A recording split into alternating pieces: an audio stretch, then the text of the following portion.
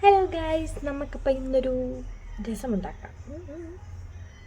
Guys, അതിന് വേണ്ടി ഞാൻ 2 തക്കാളി എടുത്തിട്ടുണ്ട്. ഈ തക്കാളി നമുക്കപ്പം അരിഞ്ഞിടാം.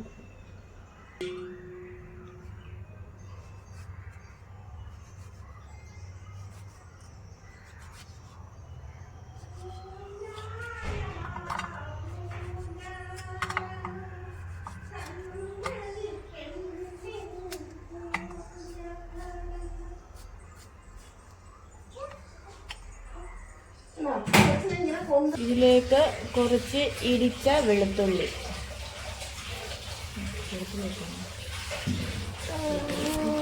ഈ തക്കാളി വെളുത്തുള്ളി ഇട്ടേക്കുന്നുണ്ടല്ലോ, അത് ഞെരടി കൊടുക്കണം. ഞാനിപ്പോൾ എടുത്തേക്ക് തക്കാളി ഇച്ചിരി അധികം അങ്ങ് പഴുത്തല്ല കേട്ടോ, അതുകൊണ്ട് ഇച്ചിരി ഞെരടി എടുക്കാൻ പാടുണ്ട്. പക്ഷെ നന്നായിട്ട് ഞെരടി എടുക്കുക.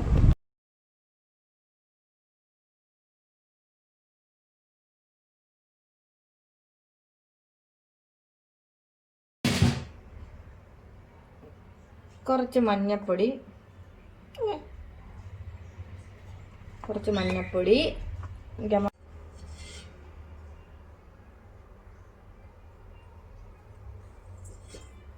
ചെറിയ സ്പൂൺ ആയതുകൊണ്ട്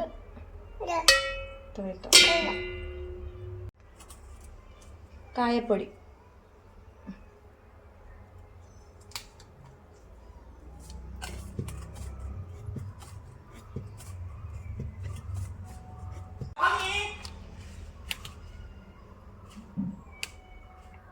കുറച്ച് കുരുമുളക് പൊടി,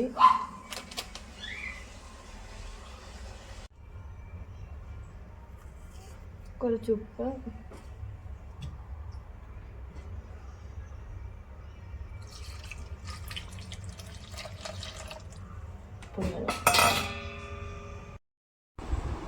ഇനിയിപ്പം ഇത് നന്നായിട്ട് ഇളക്കിയിട്ട് ഇതിൻ്റെ ഉപ്പും പുളിയൊക്കെ കറക്റ്റാണോ നോക്കുക.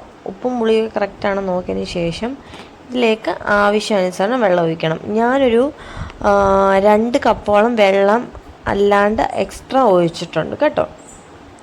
അപ്പോൾ നമ്മൾ അടുപ്പത്ത് വെച്ച് നമ്മൾ ഈ തക്കാളിയൊക്കെ വെന്ത് വരണം.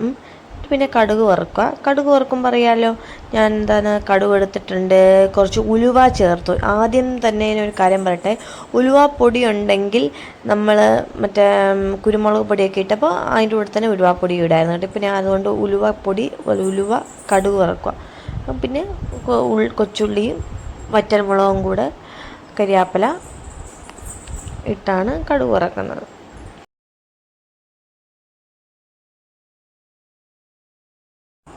അപ്പോൾ നമ്മുടെ ഈ രസത്തിന് തക്കാളിയൊക്കെ വെന്തിട്ടുണ്ട്. അപ്പോൾ അതിനകത്തോട്ട് കടുക് വറുത്താൻ ഇട്ടാൽ മതി. ഭയങ്കര സിമ്പിളാണ് കേട്ടോ, പെട്ടെന്ന് ഉണ്ടാക്കാം. ഒരു കൂട്ടമൊന്നും ഇല്ലെങ്കിൽ ഇങ്ങനെ ഉണ്ടാക്കിയാൽ മതി, പെട്ടെന്ന് തയ്യാറായി എടുക്കാം.